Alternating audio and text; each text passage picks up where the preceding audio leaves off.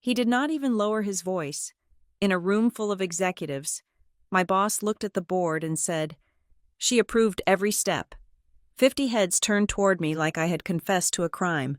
Then he added, "I own this department."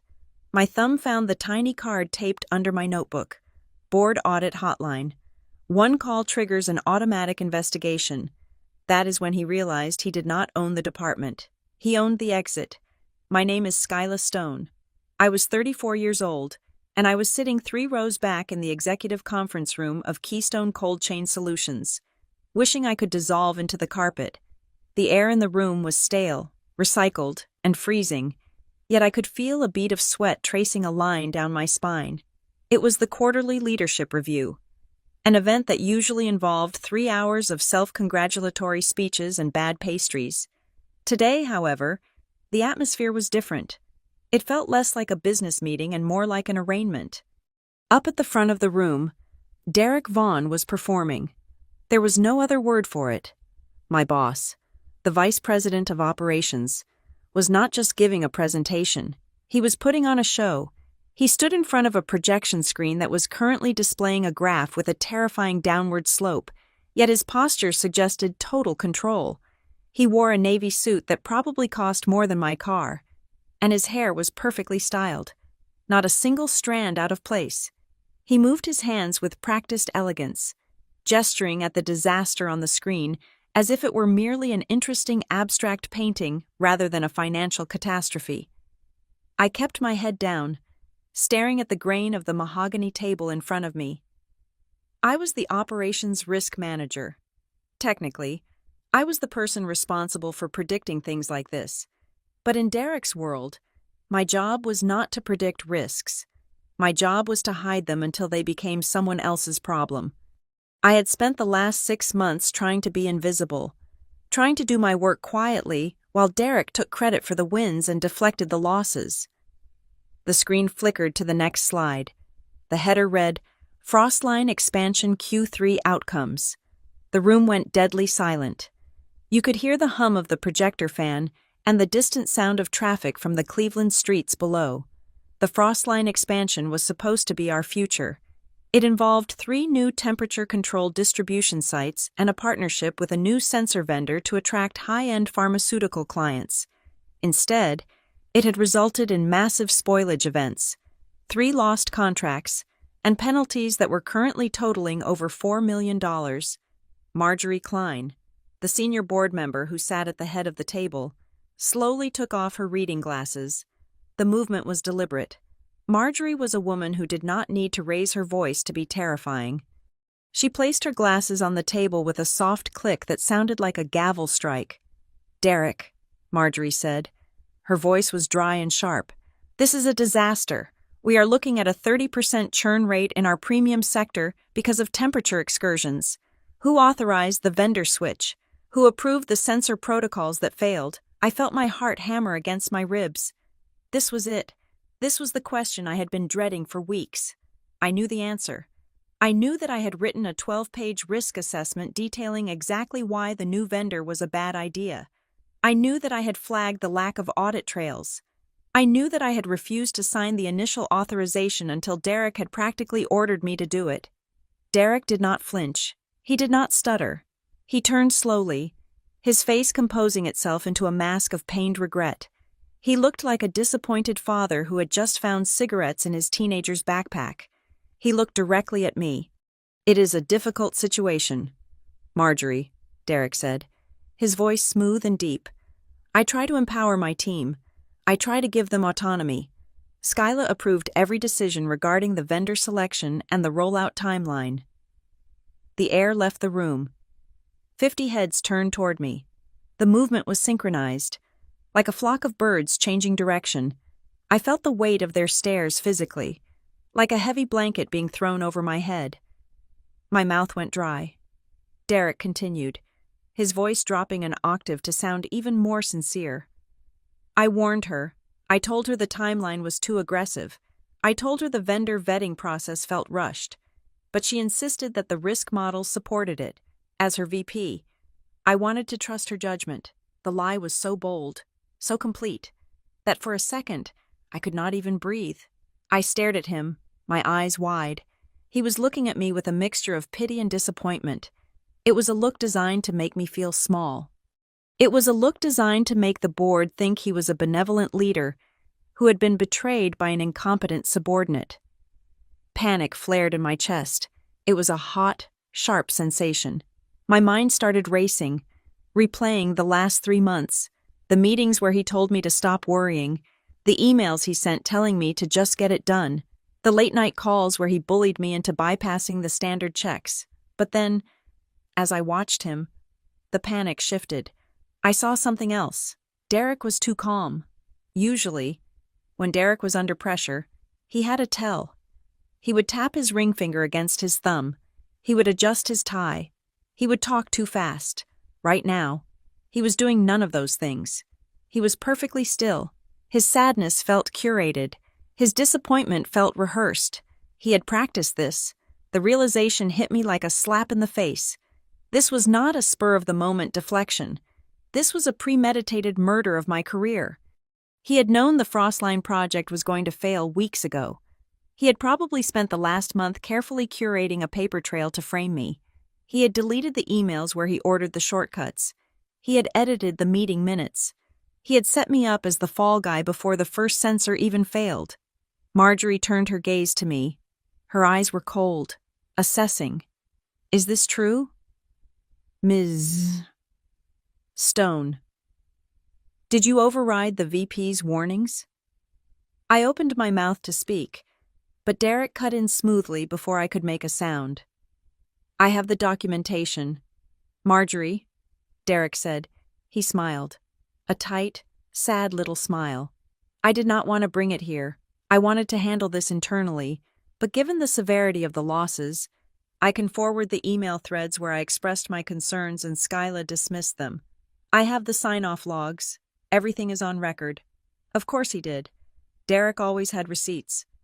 The problem was that his receipts were always missing the context, or the attachments, or the previous replies where he forced the issue. He was a master of the partial truth. The room waited. They expected me to crumble. They expected me to stammer out an excuse or start crying. In their eyes, I was already a corpse. I was just the operations manager who got in over her head and cost the company millions. Derek would fire me with regret by the end of the day, and by next week, he would be the hero who cleaned up the mess. My right hand was resting on my notebook. It was a standard-issue black corporate notebook. My thumb slid underneath the bottom cover. I felt the smooth surface of the tape I had placed there months ago. Underneath the tape was a small, white business card. I had found it in the break room 6 months ago, left on a table by an external auditor. It was just a small rectangle of cardstock with a toll-free number and an access code. Board Audit Hotline. I remembered the day I taped it there. I had done it after Derek had screamed at me for 40 minutes because I refused to fudge a safety report. I had told myself I was being paranoid. I told myself I would never need it. I told myself that corporate politics were rough, but they were not war. I was wrong. This was war, and Derek had just launched a nuclear strike. If I tried to argue with him now, I would lose. It would be my word against his. He was the VP. I was the manager. He had the charisma. I had the anxiety. He had the edited emails. I had the truth. But the truth does not matter if you cannot prove it. But that card under my thumb represented something else. It was not just a complaint line. I knew what happened when that number was called. I had read the compliance manual that no one else bothered to open. A call to that hotline did not go to HR. It did not go to Derek. It triggered an immediate, automated freeze. It alerted the external counsel. It initiated a forensic preservation of all digital assets. It froze the battlefield. Derek thought he owned the room. He thought he owned the narrative. He thought he could delete history and rewrite it to suit his needs. I took a deep breath. The air in the room still felt cold, but the heat in my chest had cooled into something solid and hard. I looked at Derek one last time. He was already turning back to the screen, ready to move on, ready to accept the board's sympathy. He thought I was done. I pushed my chair back. The scrape of the legs against the floor was loud in the silent room. I stood up. My knees were shaking slightly, but I locked them. I placed my hands flat on the table to steady myself. I did not look at Derek. I looked straight at Marjorie Klein. "Ms. Stone Marjorie asked, her eyebrow raised. "Do you have something to say?" The room was staring at me again, 50 pairs of eyes. But this time, I did not feel like hiding. "Yes," I said. My voice was not loud, but it was steady. It did not crack.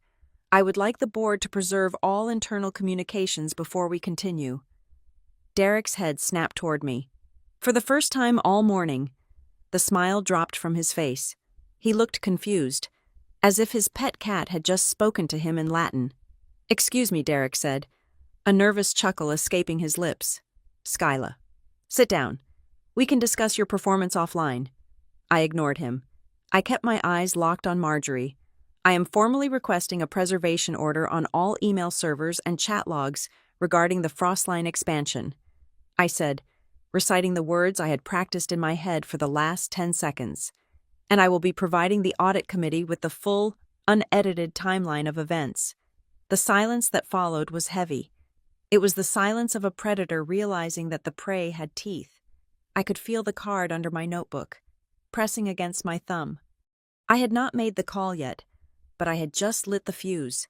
To understand why I stood up in that boardroom, you have to understand why I sat down at my desk in the first place, 2 years ago.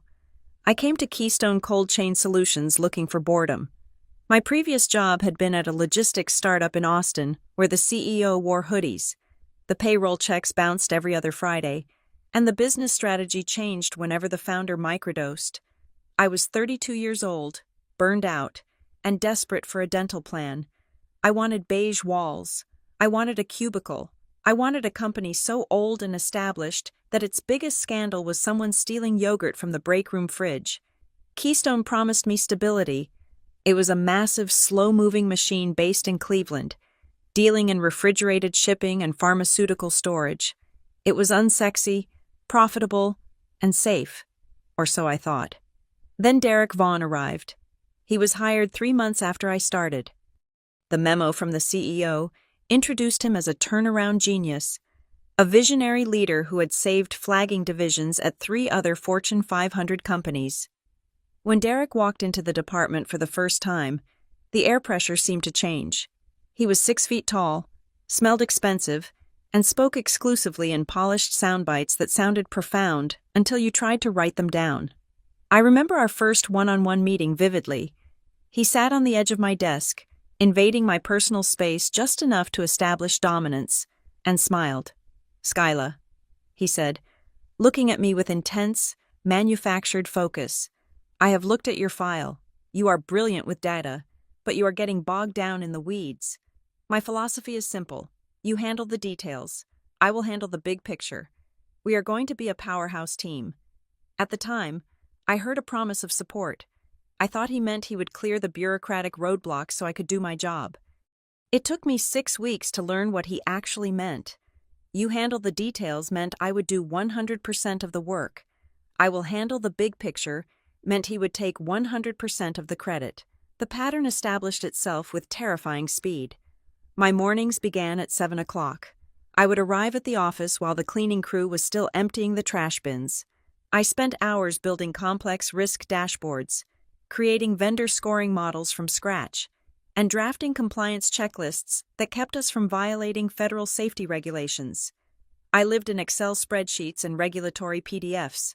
I created the substance of our department.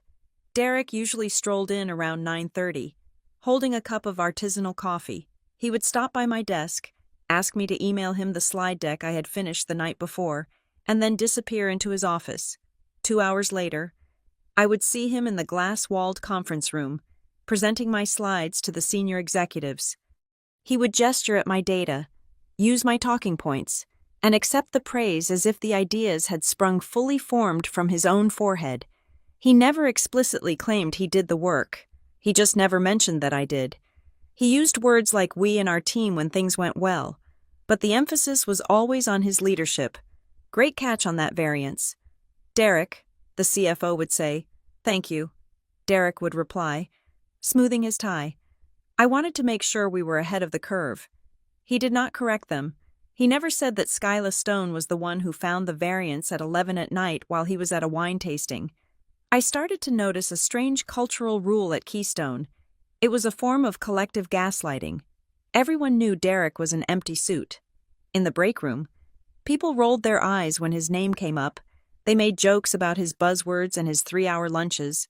But the moment he walked into a meeting, those same people praised him like they were paying rent. They nodded at his vague strategies. They laughed at his unfunny jokes. It was as if everyone had agreed to maintain the illusion because challenging it was too exhausting. I might have continued playing the role of the silent workhorse if it had not been for a conversation with Ben, a senior analyst in procurement who had been with the company for 20 years. We were in the kitchenette.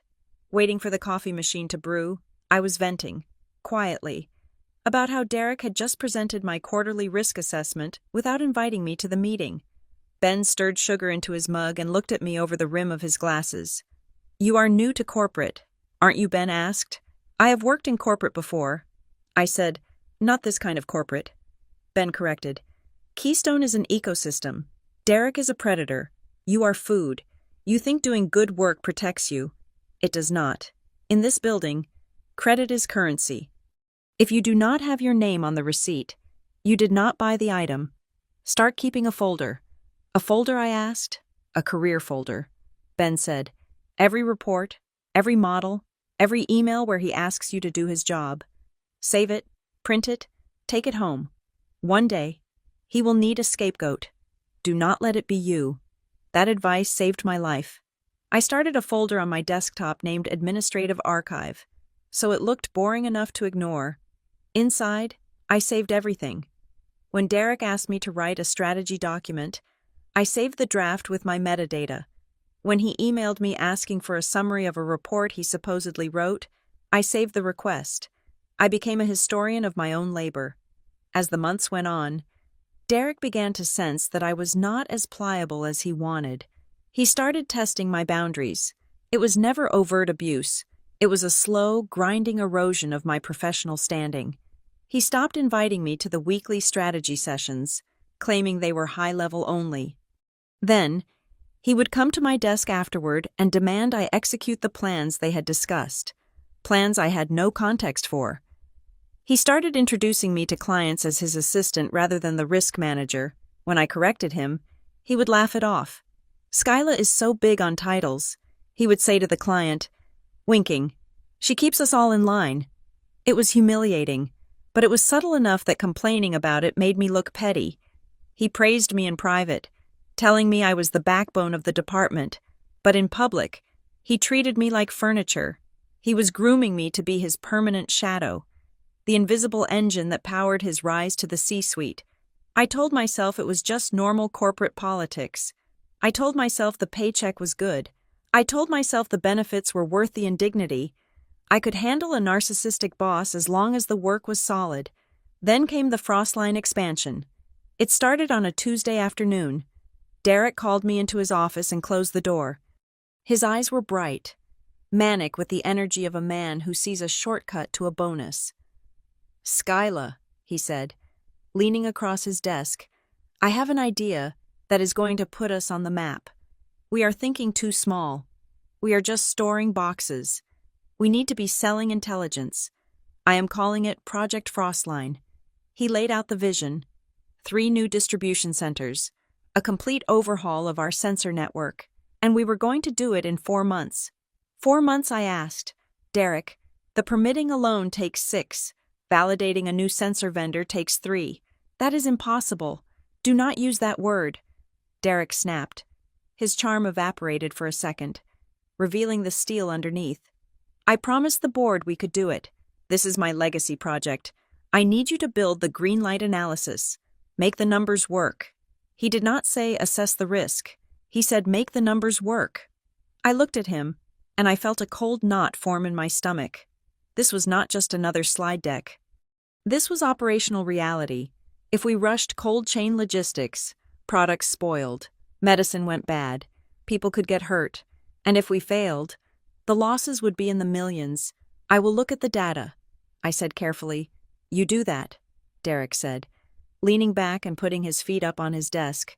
And remember, Skyla, I handle the big picture. You just make sure the details fit the frame. I walked back to my desk, opened my administrative archive, and created a new subfolder. I named it Frostline. I had a feeling I was going to need a lot more storage space. 10 days. That was the deadline Derek gave me to validate the entire operational structure of Project Frostline. In the world of cold chain logistics, 10 days is not a timeline. It is a rounding error. To properly vet 3 new physical sites and an entirely new unproven sensor vendor usually takes 3 months of site visits, stress tests, and regulatory audits. Derek wanted a green light before the next board meeting, which meant he did not actually want an analysis. He wanted a rubber stamp. I sat at my desk surrounded by monitors, my eyes burning from staring at spreadsheets for 12 hours straight. The office was empty. The cleaning crew had already vacuumed the hallway and turned off the main lights, leaving me in a pool of blue glow from my screens. I was running the numbers because that is what I do.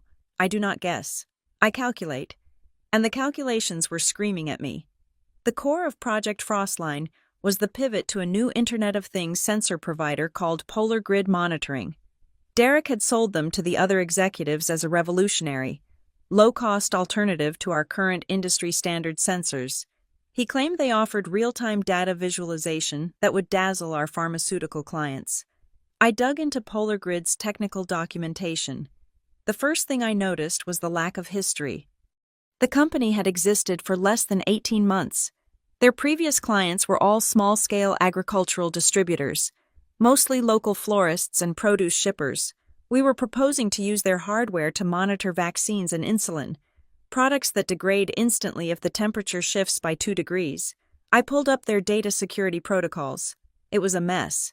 The audit trails were shaky at best. In pharmaceutical logistics, if a temperature excursion happens, you need to know exactly when, for how long, and who acknowledged the alert. The Polar Grid system allowed for manual deletion of alert logs. I stared at the screen, blinking to make sure I was reading it correctly. A system that allowed a user to delete a temperature alarm was not a safety tool. It was a liability machine. Then I looked at the construction timelines for the 3 new sites. Derek had promised the board they would be operational in 16 weeks. I pulled the municipal permit records for the proposed locations. One was in New Jersey, a state where environmental impact studies alone could take 6 months. Another was in a flood zone in Florida. The staffing model assumed we could hire 40 certified warehouse managers in 30 days at 20% below market rate. I created 3 models: best case, realistic case, and worst case. The best case scenario required perfect weather, instant permit approval, 0 hardware failures from an unproven vendor, and a magical influx of cheap, highly skilled labor. Even in this fantasy world, the profit margin was razor thin because of the rush fees. The realistic case was painful. It showed delays of 4 to 6 months, cost overruns of $2 million, and a high probability of initial client churn due to teething issues with the sensors. The worst case was catastrophic. It predicted a major spoilage event within the first quarter, triggered by sensor failure, leading to FDA audits, contract terminations, and reputational damage that would take 5 years to repair.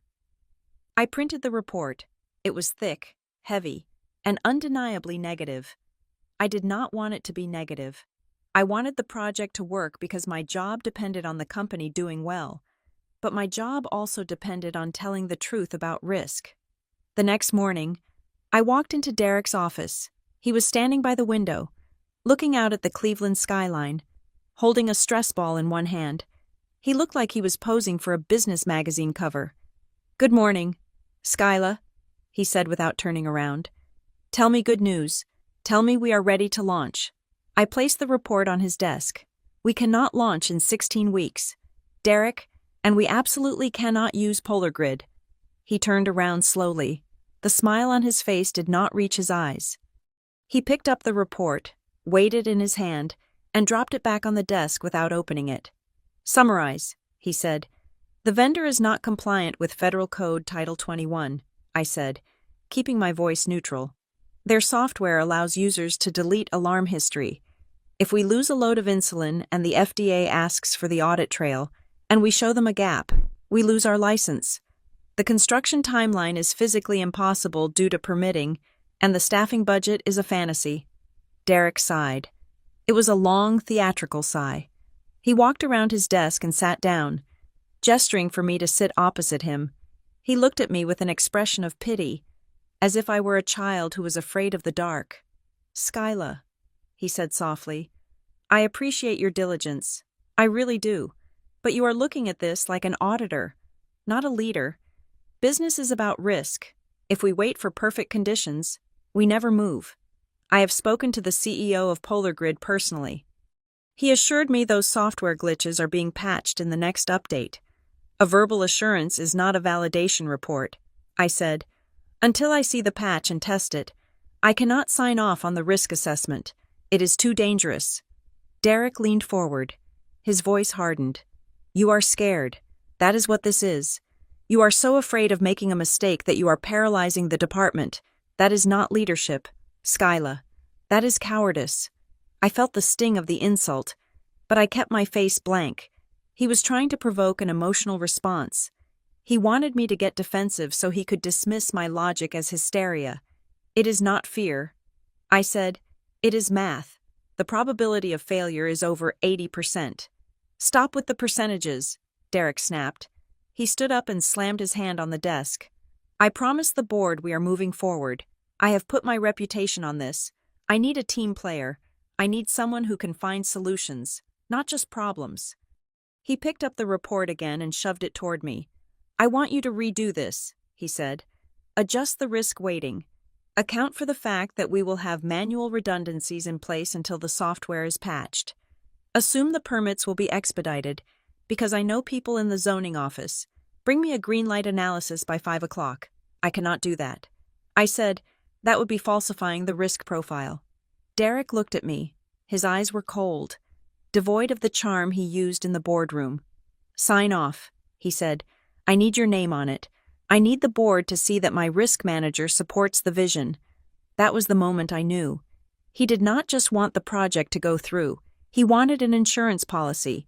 If the project failed, he needed to be able to point to a document signed by Skyla Stone that said everything was fine.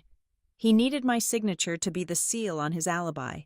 "I will not sign a document that says this is safe," I said, "because it is not."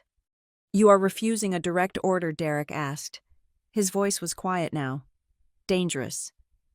"I am refusing to sign a false statement," I said. I stood up and walked out of his office. My hands were shaking, but I forced myself to walk slowly back to my desk. I knew the game had changed. This was no longer about a project. This was about survival. I sat down and opened my email. I knew I had to act fast. If I did not document this refusal, he would claim I had agreed verbally or that I had simply failed to do the work. I needed a timestamp. I drafted the email carefully. I removed every adjective. I removed every trace of frustration. I wrote it as if a lawyer were going to read it aloud in a deposition. Subject: Project Frostline Risk Assessment Summary. Derek. Per our discussion this morning regarding the Frostline expansion timeline and the selection of Polar Grid monitoring, I am submitting the following risk summary.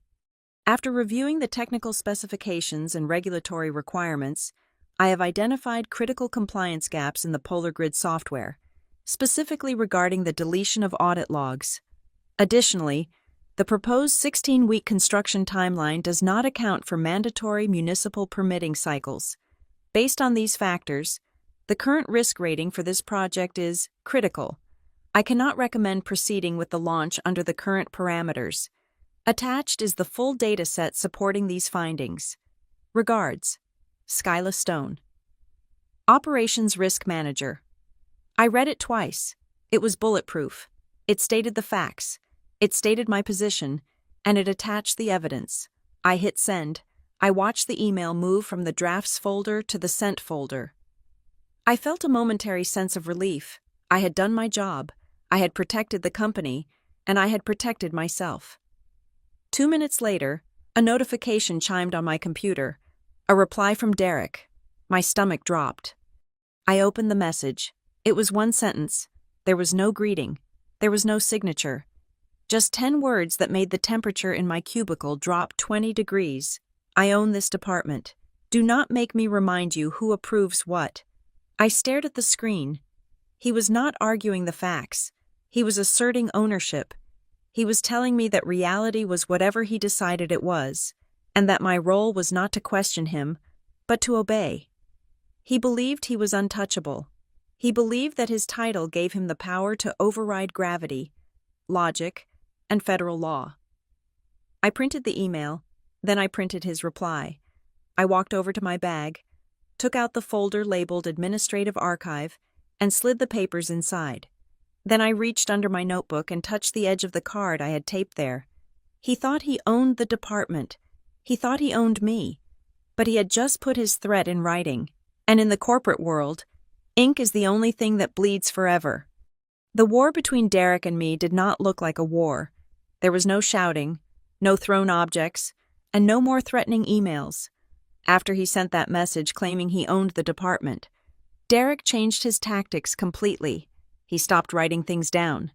The week following my refusal to sign off on Project Frostline, the office became a theater of silence.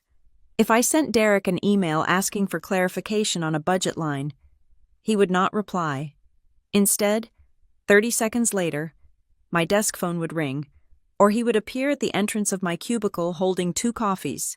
"Skyla, just a quick sync on this," he would say, smiling so widely his eyes crinkled. "Let's not clutter the inbox. Verbal is faster." He would give me an instruction that directly contradicted safety protocols like skipping the secondary fire inspection for the New Jersey site, and when I asked him to confirm it in writing, he would laugh. "You are so old school." He would say, "I trust you. Just execute." He was severing the paper trail. He knew that if the project imploded, an investigator would look for the order. If there was no email, there was no order. It would look like I had skipped the inspection on my own negligence. I tried to counter him by sending recap emails immediately after our conversations. Per our verbal discussion just now, we are bypassing the fire check. But Derek was ready for that. He would reply with vague, non-committal phrases like, "Let's discuss the nuances later," or "That is not quite what I meant. Let's regroup." It was gaslighting on an industrial scale. Then came the document games. We used a cloud-based collaboration platform for all our project management. It was designed for transparency, allowing multiple users to edit files simultaneously. Derek weaponized it. I would upload a risk register on Monday morning, marking the sensor reliability as critical in bright red. By Tuesday afternoon, I would open the file and find the status changed to monitored. The red cell was now a soothing yellow. The phrasing high probability of failure had been edited to potential calibration challenges. When I checked the version history, it did not show Derek's name. It showed system admin, or sometimes, terrifyingly, it showed S. Stone. I stared at the screen, my blood running cold. How could it show my name? Then I remembered my first week at Keystone. Derek had asked for my login credentials to set up the dashboard permissions because IT was backed up. He had never logged out of my proxy, or worse, he had used his executive clearance to grant himself delegate access to my account. I went to the IT settings, deep in the user profile menu, under a tab labeled Efficiency Tools. There was a checked box, Allow Supervisor to act as delegate for signing and approval. He had turned it on 6 months ago. This meant Derek could route a document to himself, switch to my profile, sign it digitally, and then switch back to the system. It looked like I had willingly approved the very things I was fighting against. He was not just overruling me, he was wearing my digital face. I took a screenshot of the settings page. I saved it to a USB drive, not the network. My hands were shaking. This was not just mismanagement anymore. This was fraud. I needed to know how deep the rot went. I left my desk and walked down to the 4th floor, to the procurement department. The air down there always smelled like toner and stale coffee. I found a quiet corner where the senior buyer, a woman named Elena, was reviewing contracts. We had worked together on a few legitimate projects, and she had always been a stickler for the rules. "Elena," I said, keeping my voice low, "can I ask you something off the record?" She looked up, her face tight. She glanced around to make sure no one was listening, then gestured for me to sit. "If this is about Polar Grid," she whispered, "I do not want to talk about it. I just need to know how they passed the vendor vetting." I said, "They are a startup. They do not have the capital requirements we usually demand." Elena sighed and took a sip of her water. "They didn't pass. Skyla." Derek pushed a waiver through. He claimed it was a strategic pilot program, so he could bypass the financial stress test. But that is not the weird part. She turned her monitor slightly so I could see. But she did not let me touch the mouse. "Look at the invoicing," she said. I leaned in. The invoices from Polar Grid were not going directly to their corporate headquarters in Silicon Valley. They were being routed through a third-party entity called Apex Strategy Partners for Integration Consulting. "Who is Apex Strategy Partners?" I asked. I checked the vendor master file. Elena said, "It is a single-member LLC registered in Delaware. The billing address is not an office. It is a mailbox rental inside a shipping store in a strip mall in Columbus." Columbus was 2 hours away. "Why are we paying a consultant fee to a mailbox in Columbus for a tech company in California?" I asked, though I already suspected the answer. "We are paying them $15,000 a month per site," Elena said. Derek signed the requisition himself. He said Apex was essential for local implementation oversight. "Skyla, if audit sees this, we are all going to get fired." I tried to flag it, and Derek told me I was slowing down innovation. I felt sick. A shell company, kickbacks. It was so cliché it was almost insulting. But it was happening right in front of us. Derek was funneling company money into a black hole, and he was using the rush of the project to cover his tracks. "Keep your head down." "Elena," I said softly, "print everything." I went back to my desk, my mind racing. Derek was exposed. If I could prove he owned Apex Strategy Partners, he would go to prison, not just get fired, but I could not prove it yet. Delaware registries are anonymous. I needed a link before I could formulate a plan. Derek appeared at my desk again. This time, he was not holding coffee. He was holding a file folder. "Big news," he said, beaming. "I have decided to give you a massive opportunity. I want you to own the rollout." He dropped the folder on my desk. "What does that mean?" I asked. "It means you are the face of the launch," he said. "You coordinate the teams. You handle the schedule. You make sure the sensors are online by the deadline. I want you to take the lead. I will step back and let you shine." It was the oldest trap in the book. Responsibility without authority. He was giving me the title of leader for the execution phase. If the project succeeded, he would step in at the victory party and say he mentored me. But when the project inevitably crashed because of the impossible timeline and the faulty sensors, he would point to this moment. He would say, "I gave Skyla full control. She was the project lead. She failed to execute." He was handing me the steering wheel of a car he had already cut the brakes on. "I cannot own the rollout if I do not have authority over the budget and the vendor." I said, "You have influence," Derek said, his eyes hard. "Use it. Make it work. Skyla, this is your chance to prove you are executive material." He walked away, whistling. I sat there, staring at the folder. I felt trapped. If I refused, he would fire me for insubordination. If I accepted, I was walking into a firing squad. I needed water. I walked to the break room, my legs feeling like lead. Standing by the water cooler was Marcus, one of the quiet managers from the internal compliance team. He was a man who wore gray suits and seemed to blend into the drywall. We had never really spoken beyond polite nods. He watched me fill my bottle. He looked at the tension in my shoulders. "Rough day?" he asked. "Rough quarter," I said. Marcus looked at the door to make sure we were alone. He took a step closer to me. "I saw the waiver for Polar Grid come through the system," he said. His voice was barely a whisper, and I saw that the risk assessment was edited yesterday.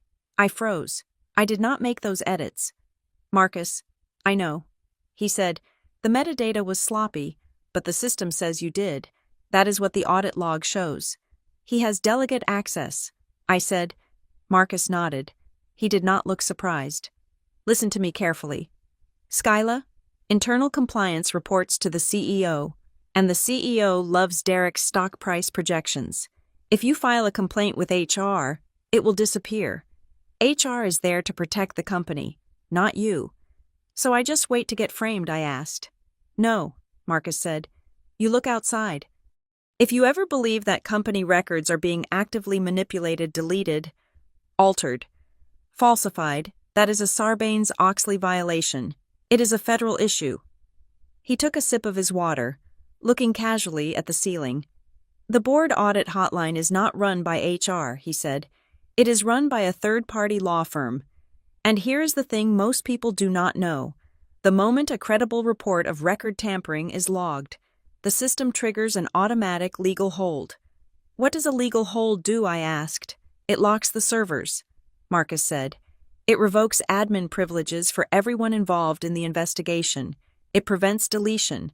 It creates a forensic mirror of the entire email exchange server.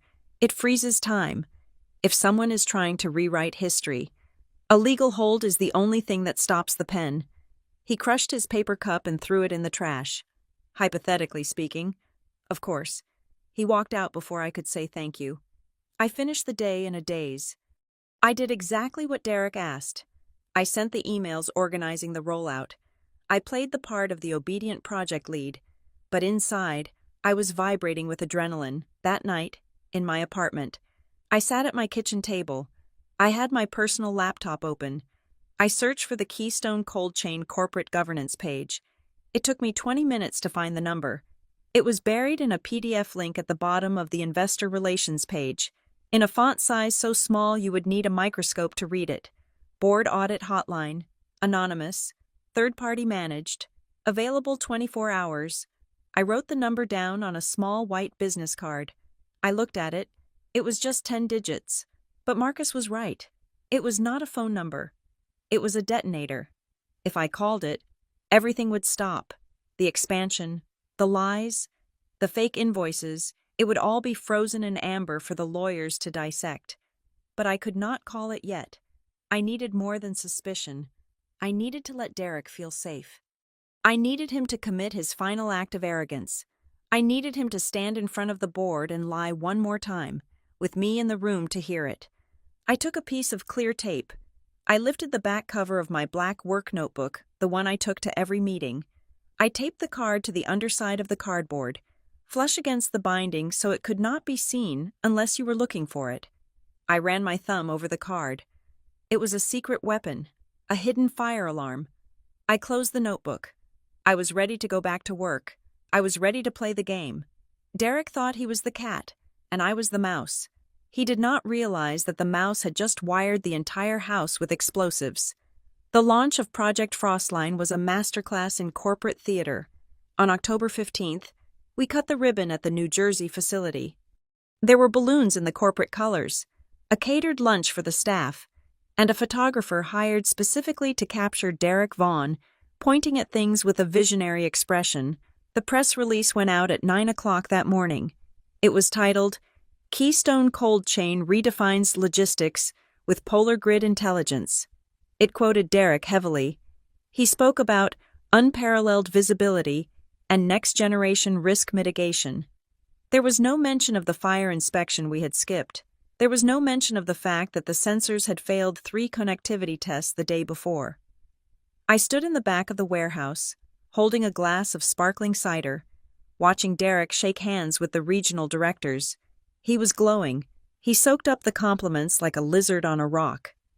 When the CEO called to congratulate him, Derek put the call on speakerphone so the nearby managers could hear. You really delivered, Derek, the CEO said.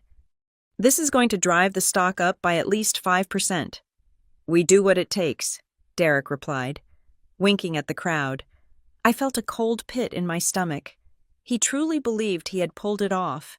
He thought that because the press release was out, the reality of the operations would somehow bend to match his fiction. He did not understand that physics does not read press releases. The collapse took exactly 3 weeks. It started on a Tuesday, usually our quietest day. I was reviewing a labor report when my desk phone rang. It was the floor manager at the Florida site. His voice was high and tight, vibrating with panic. "Skyla, you need to look at the dashboard," he said. "We have a problem with the Zen Pharma shipment." Zen Pharma was our newest, biggest client. They had trusted us with 4 truckloads of a biologic arthritis medication. The drug was extremely sensitive. If it went above 8 degrees Celsius for more than 2 hours, the proteins unraveled, and the medicine became useless. "I am looking at the dashboard now," I said, pulling up the polar grid interface. "It shows all sensors are green. Temperature is holding at 4 degrees. "That is the problem," the manager said. "The dashboard says 4 degrees, but I'm standing in the cooler right now with a manual probe. The air temperature is 12 degrees. The compressor failed last night, and the alarm never triggered." I felt the blood drain from my face. 12 degrees. For how long? Based on the manual logs, at least 6 hours, he said. That was it. The product was dead. $4 million of inventory was now just expensive toxic waste. "Lock the doors," I said, typing furiously. "Do not let that shipment leave the dock. If it reaches the patient, we get sued for negligence. If it hurts someone, we go to jail." By the time I walked into Derek's office, the crisis had metastasized. The client had already been notified by the warehouse manager. They were furious. They were threatening immediate contract termination. A regulatory officer from the FDA had already emailed asking for the temperature logs and the calibration certificates for the sensors. Derek was not on the phone with the engineers trying to fix the cooling unit. He was not coordinating with the insurance company. He was standing at his whiteboard, drafting a statement for the board of directors. "We need to frame this carefully," Derek said, not looking at me. "We cannot say the sensors failed. That implicates the vendor selection. The sensors did fail, Derek," I said. "They reported 4 degrees while the room was 12 degrees. That is a catastrophic hardware failure. We need to recall the polar grid units immediately." He turned on me, his eyes blazing. "We are not recalling anything. That admits liability. We will classify this as a localized power outage and a manual monitoring error. The Florida team should have been checking the probes every hour." "They were," I said. "But the protocol you signed said the digital sensors replaced the manual checks to save labor costs. You cut the staff that would have caught this." "Do not quote my protocols back to me," he snapped. "I need a post-mortem report. I want you to write it. Detail the timeline, but focus on the operational execution, not the technology. This was a failure of people, not systems. Get it to me by tomorrow morning." I went back to my desk and wrote the report. I did not lie. I wrote a factual, brutal account of what happened. I detailed the compressor failure. I detailed the sensor blindness. I included the logs showing that the polar grid system never sent an alert. I attached the email where I had warned that this specific failure mode was possible. I sent the draft to Derek at 6 o'clock in the evening. At 9 o'clock the next morning, Derek sent the final version to the executive leadership team. He copied me on the email. I opened the attachment. My breath caught in my throat.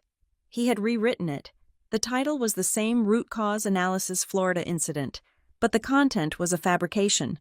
Where I had written sensor failed to detect temperature variance, Derek had changed it to local staff failed to configure sensor thresholds properly. Where I had written project timeline did not allow for full integration testing, Derek had changed it to project lead Skyla Stone aggressively pushed for early go-live despite VP warnings. He had not just erased his own negligence, he had reassigned it to me. I sat there, staring at the screen, feeling a mixture of rage and nausea. He was framing me in real time. He was building the narrative that I was the reckless one, the ambitious manager who cut corners to impress the boss, while he was the prudent executive who had tried to rein me in. My inbox pinged. It was an email from the IT lead in New Jersey. He had forwarded me a message he sent to Derek 2 months ago. Subject: FWD concerns about polar grid security Skyla. I saw the internal memo blaming the Florida team. That is garbage. I told Derek in August that these sensors had a latency issue. He told me to stop being negative. See below. Then another email came in. This one was from the compliance officer. Subject FWD permit delays Skyla. Just for your records, I explicitly told Derek we could not open New Jersey without the fire inspection. He told me you would handle the waiver. I never saw a waiver. Did you sign one? The floodgates were opening. The staff knew what was happening. They saw the bus coming, and they saw Derek trying to throw me under it. They were sending me their own insurance policies. They were giving me the ammunition I needed. But they were too afraid to pull the trigger themselves. I printed every single email. I added them to my physical folder. The folder was now 2 inches thick. That afternoon, Derek called me into his office. He closed the door and locked it. That was new. He usually left the door open to display his transparency. He did not sit down. He leaned against his desk, crossing his arms. The charm was gone. The mask was off. He looked at me with the cold, dead eyes of a shark. I saw you looking at the report I sent, Derek said. His voice was low, almost a whisper. It was a lie. Derek, I said. You changed the findings. You blamed the staff for a hardware failure. I managed the narrative, he corrected. The company cannot afford a systemic failure. The stock would tank. We need a localized failure. We need a human error. And I am the human, I asked. He shrugged. It was a casual, indifferent gesture that made me want to scream. You are the operations risk manager, he said. It happened on your watch. You owned the rollout. Remember, I gave you that opportunity. You gave me the blame, I said. Derek pushed off the desk and took a step toward me. He invaded my personal space, towering over me. Listen to me, Skyla, he said. We are going to go into that board review next week. You are going to sit there, and you are going to nod. You are going to accept the reprimand for the aggressive timeline. We will put you on a performance improvement plan. In 6 months, when this blows over, I will promote you to director. And if I do not, I asked. He smiled, but it was not a happy smile. If you try to fight me, I will destroy you. I will paint you as incompetent, negligent, and uncoachable. I will make sure you never work in this industry again. I know people at every major logistics firm. One phone call from me, and your resume goes straight into the shredder. You can take the hit quietly and survive, or you can make a scene and die. It is your choice. I looked at him. I saw the absolute confidence in his face. He believed he had won. He believed that my fear of unemployment was stronger than my integrity. I understand, I said. I walked out of the room. I did not slam the door. I did not cry. I went back to my desk and sat down. 5 minutes later, a calendar invitation popped up on my screen. It was from the Vice President of Human Resources. Subject Performance Alignment Meeting date, October 24th, time, 8 o'clock in the morning. I looked at the date. October 24th was the day of the quarterly board review. The board meeting started at 9 o'clock. Derek was not taking any chances. He was going to fire me, or force me to sign a confession, 1 hour before the board met.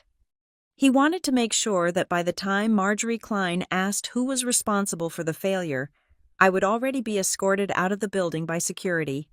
He did not just want to survive the failure. He needed a human sacrifice to keep his suit clean. I looked at the invitation. I did not accept it. I did not decline it. I reached under my notebook and felt the card. The texture of the paper was grounding. Derek thought he had checkmated me. He thought he controlled the timeline, but he had made one critical mistake. He assumed that I was playing by his rules. He assumed I was trying to save my job. I was not trying to save my job anymore. I was trying to burn his house down. I packed my bag. I took the folder. I took the notebook. I walked out of the office at 5 o'clock exactly. The board meeting was in 2 days. I had 48 hours to prepare. Derek Vaughn wanted a show. I was going to give him one. The air in the boardroom was so still it felt pressurized. We were back in the moment where I had stood up, interrupting the funeral Derek was holding for my career, but before I could demand the preservation of evidence, Derek made one final, desperate push to bury me under a mountain of fabricated context. He clicked a button on his remote, and the slide on the projection screen changed. It was a timeline. It was beautiful, professional. and almost entirely fiction. It showed a series of milestones labeled vendor vetting, risk analysis, and final authorization. Next to every single milestone was a small, crisp icon of my face and my name. "I want to be clear," Derek said. Turning back to the board members, his voice was soft, laced with a heavy dose of regret. "I do not enjoy doing this. Skyla has been a promising member of the team, but as you can see from this timeline, she insisted on Polar Grid. She championed the vendor. She assured me, repeatedly, that the data regarding the sensor reliability was solid." He walked over to the screen and touched the date marked October 1st. "This was the go-no-go meeting," Derek said. "I expressed reservations about the timeline. I asked if we should delay the Florida launch. Skyla told me that delaying would cost us the first mover advantage. She was passionate. She was persuasive. I trusted her technical expertise over my own intuition. That is my failure. I trusted too much." It was a performance worthy of an Academy Award. He had managed to frame his negligence as a virtue. He was the benevolent leader who empowered his staff, and I was the reckless subordinate who abused that trust. Marjorie Klein did not look at the screen. She was looking at me. Her expression was unreadable, but her eyes were sharp. She tapped a silver pen against her notepad. "Ms. Stone," Marjorie said. Her voice cut through the room like a scalpel. "You are seeing the timeline Mr. Vaughn has presented. It indicates that you were the primary driver of the Polar Grid selection and the rushed implementation schedule. I want a direct answer. Did you approve this?" The room went silent. This was the trap. If I said no, Derek would pull out the digital logs where he had used my delegate access to sign the forms. He would show them the screen where Stone had clicked approve. He would make me look like a liar. If I said yes, I was admitting to gross negligence. I took a breath. I kept my hands on the table to keep them from trembling. I needed to thread a needle while wearing boxing gloves. "I managed the project logistics," I said carefully. "However, I documented my concerns regarding the vendor and the timeline repeatedly in the weeks leading up to the launch." Derek cut in instantly. He did not yell. He just sighed, shaking his head like a disappointed parent. "After the fact," Derek said. He looked at Marjorie. "This is what I mean. Once the sensors started failing in Florida, Skyla began sending emails trying to recontextualize her decisions. She started writing memos claiming she had doubts. It is a classic cover-your-tracks maneuver. But we have the initial approvals. We have the signed risk assessments." He tapped the table for emphasis.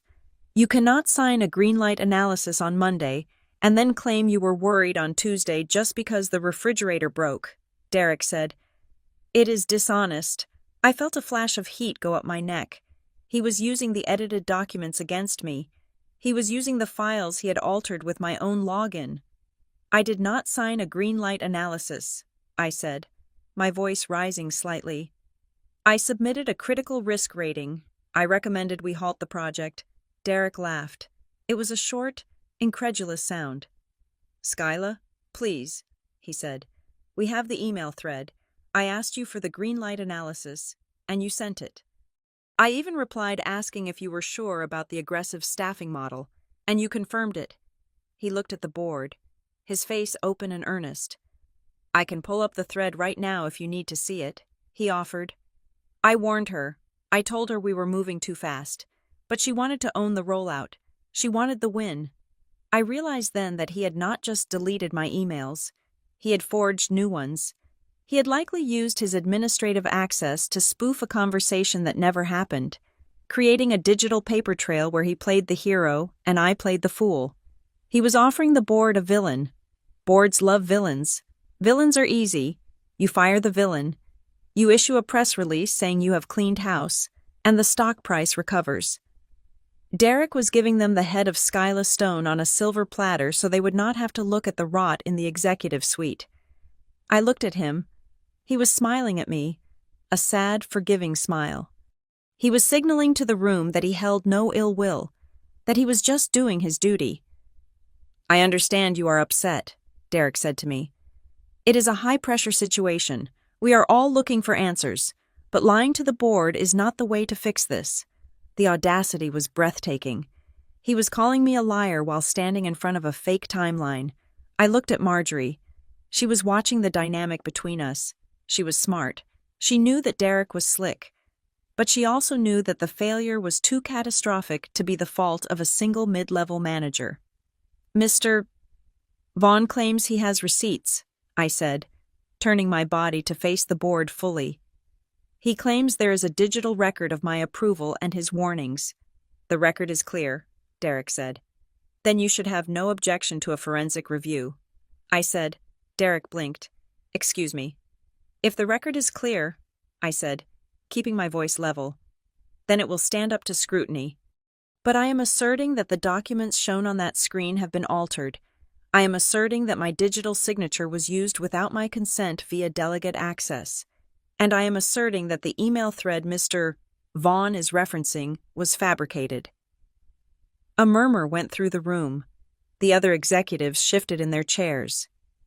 Accusing a vice president of incompetence is one thing. Accusing him of digital forgery is another. That is absurd, Derek said. He chuckled. But it was too loud. The pitch was too high. Marjorie, this is desperation. She knows she is about to be terminated for performance, so she is throwing wild accusations at the wall. Can it confirm whether any communications were deleted or altered? I asked. I directed the question to the room at large. But my eyes were on Derek. Derek slammed his hand on the table. It was the first time he had lost his composure. We are not going to waste the board's time with a witch hunt because an employee cannot accept responsibility, he snapped. I have the admin logs. I manage the system permissions. I can assure you nothing was altered. You manage the system permissions? Marjorie asked. Her voice was quiet. I oversee the department, Derek said. He straightened his tie, regaining his posture. I have full administrative oversight. It is necessary for efficiency. I own this department. There it was. The phrase he loved so much. I own this department. He used it as a shield.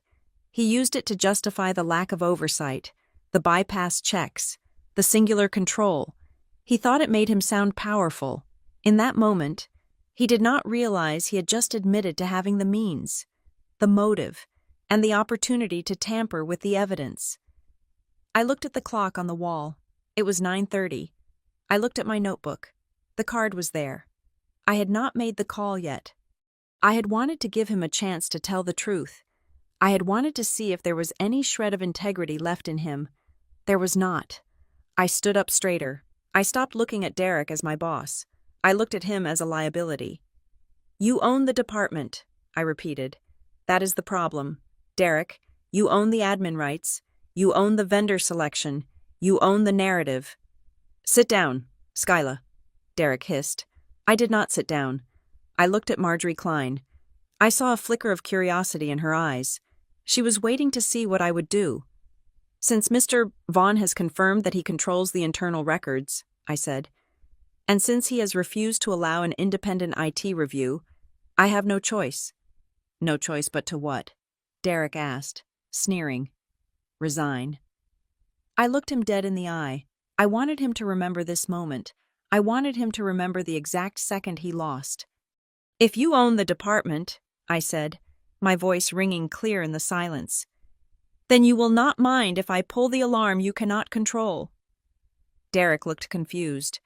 He opened his mouth to speak, but I was already moving. I turned away from the table. I walked toward the heavy oak doors of the boardroom. Where are you going? Marjorie asked. I am stepping out to make a phone call, I said. I suggest you do not continue this meeting until I return. You walk out that door, and you are fired, Derek shouted. His facade of the calm leader cracked completely. Do you hear me? You are done. I pushed the door open. I did not look back. I stepped into the cool, quiet hallway. I walked 10 paces to the window where the cell reception was strongest. I pulled the card from my notebook. My thumb hovered over the number. I could hear Derek's voice through the closed door, still shouting, still trying to spin the story. I dialed the number. Board Audit Hotline, a mechanical voice answered. Please state your company code. I gave the code. State the nature of your report. I am reporting massive financial irregularities and the active destruction of evidence by executive leadership. I said. One moment, the voice said. Connecting you to a legal intake specialist? The line clicked. Derek owned the department, but he was about to learn that he was just a tenant in a building owned by the truth, and the eviction notice was being processed. The summons to the executive boardroom came at 9 a.m. on Thursday. It was not a calendar invite. It was a personal visit from the CEO's executive assistant, a woman named Sarah, who terrified people more than the CEO himself. She stood at my desk, her face impassive, and told me that my presence was required immediately. She did not ask if I was busy. She simply waited for me to stand up. The boardroom on the top floor was a different world from the operational levels below. The air was filtered to a crisp neutrality, and the view of the city was so expansive it felt like looking down from a spaceship. But inside the room, the atmosphere was suffocating. At the head of the table sat Julian Vance, the CEO of Red Haven. He was a man who spoke softly because he never had to shout to be heard. To his right was Evelyn Agnew, the head of legal. Looking at a stack of files with the intensity of a surgeon reviewing an X-ray, across from her was Director Kovic, the Chief Information Security Officer, or CISO, and in the corner, looking small and pale, was Marissa. Grant Halbrook sat on the left side of the table. He looked relaxed, almost bored, but his foot was tapping a frantic rhythm against the leg of his chair. I took the empty seat opposite him. Julian looked at me, then at Grant. We are here to discuss the Sterling Logistics account, Julian said. Specifically, the chain of custody dispute that has triggered an external audit. We have a client threatening to walk away, and we have an internal security flag that resembles a hacking attempt. I want facts. I do not want spin. Grant leaned forward immediately. He knew that in a crisis, the first person to speak usually sets the narrative. Julian, this is a simple case of overzealous operations, Grant said, his voice smooth and reasonable. I am the new vice president. I have a mandate to identify risks and streamline delivery. I asked to inspect a critical asset. Hazel here decided to turn a routine management check into a theatrical production. She locked down the device, refused a direct order, and then filed a report claiming I was a security threat. I was simply doing my job. I was managing risk. Julian did not nod. He turned his eyes to me. Hazel, Julian said. Your response. I placed my notebook on the table. I did not look at Grant. I looked directly at the CEO. Grant claims he was managing risk, I said. My actions were taken because he was creating it. I have 3 specific points of fact to present to this board regarding his conduct. Proceed, Julian said. Point 1, I said. On Tuesday at 10:42 in the morning, Grant demanded physical possession of a laptop containing Level 4 client data without a support ticket, without security clearance for the project, and while explicitly refusing to sign a chain of custody form. This is not a management check. This is a violation of the data handling policy. Section 4. Grant rolled his eyes. We covered this. It was a spot check. I ignored him. Point 2, I continued.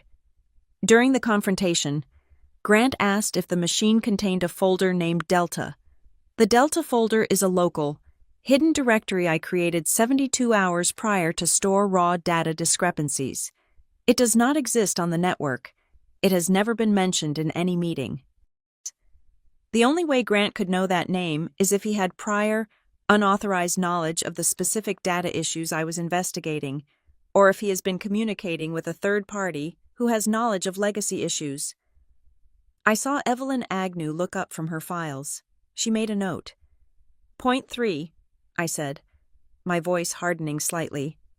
At 6:45 yesterday evening, a break glass administrative request was initiated to mount the disk image of that laptop. The requester was Grant Halbrook.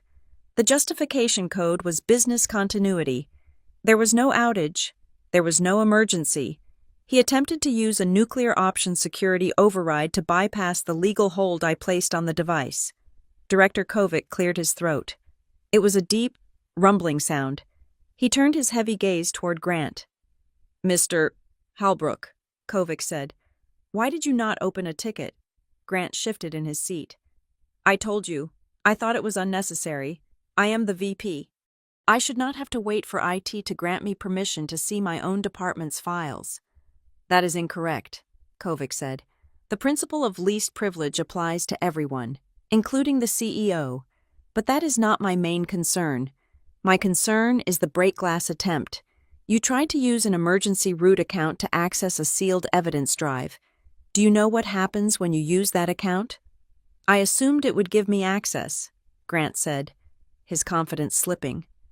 "It triggers a silent alarm to the FBI Cyber Division liaison," Kovic said, "because that account is only supposed to be used if we are under a state-level cyber attack. You rang a bell that we cannot unring. You did not just break a rule, Grant. You triggered a federal reporting requirement." Grant went pale. He opened his mouth, but no sound came out. Evelyn Agnew slid a piece of paper across the table. It made a dry rasping sound against the wood. "It gets worse," Evelyn said. She pointed to a signature at the bottom of the document. "This is the addendum to the Sterling Logistics contract," she said. "We signed it last week to secure the renewal. It includes a specific clause regarding data sovereignty. It states that any unauthorized administrative access to their employee data will result in an immediate penalty of $500,000 per incident, and the immediate termination of the offending personnel." She looked at Grant over the rim of her glasses. "You signed this, Grant, last Friday. You signed the clause that defines exactly what you did yesterday as a breach of contract." Marissa gasped. It was a small sound, but in the silence of the room, it was loud. She looked at Grant with wide eyes. She realized then that he was not a savior. He was not a leader. He was a man who had signed a promise to a client and then immediately tried to break it, dragging her department down with him. Grant stammered. "I did not read the fine print. I assumed it was standard boilerplate." "You assumed," Julian repeated. The CEO's voice was ice cold. "You assumed you could bypass security, you assumed you could ignore the contract you signed, and you assumed you could bully a senior analyst into being your accomplice." Grant's face turned red. He stood up, his chair scraping loudly against the floor. He pointed a shaking finger at me. "She is the problem," Grant shouted. "She is insubordinate. She has been recording me. She has been conspiring with it behind my back. She is resisting authority. You cannot keep an employee who actively works against her leadership." I stood up too. I did not shout. I kept my hands clasped in front of me.